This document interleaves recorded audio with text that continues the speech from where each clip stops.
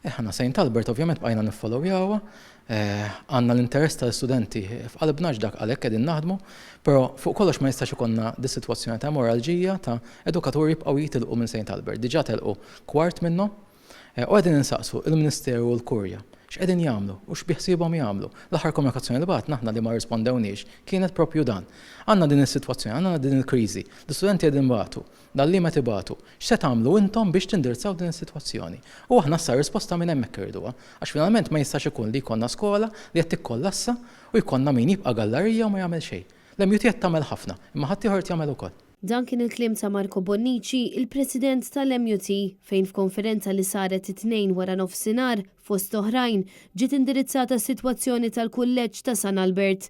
Sitwazzjoni li fi kliem Marco Bonnici aktar kemm jgħaddu ġranet, aktar qed tkompli tmur għall-ar. Marco Bonnici saħaq li l-kulleġġ ta' San Albert jinsab qarku bteħ.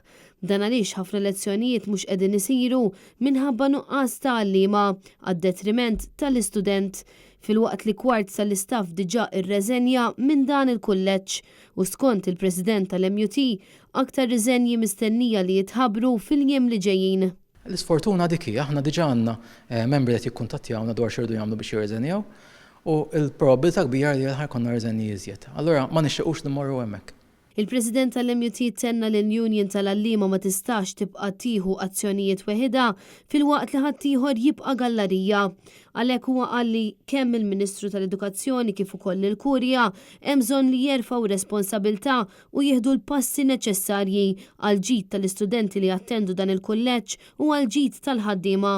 Fl-istess konferenza tal-aħbarijiet l-MUT tkellmet ukoll dwar qatt dwar l-edukazzjoni, liġi li tirregola l-edukazzjoni tal-istudent sal-età obbligatorja. Aħna qed nappellaw il-Ministeru biex nagħmlu diskussjonijiet ħajġi implementat permezz tal-legal notices biex inħarsu anke l-interessi kemm tal-studenti u anke l-edukaturi. Għax din hija leġiżlazzjoni li tkopri l kulħadd. Fosthom qed nagħmlu wkoll appell li jkun hemm leġiżlazzjoni għall-Università wkoll implementata u tiġi konkluża għall-MCAS u anke għall-ITS.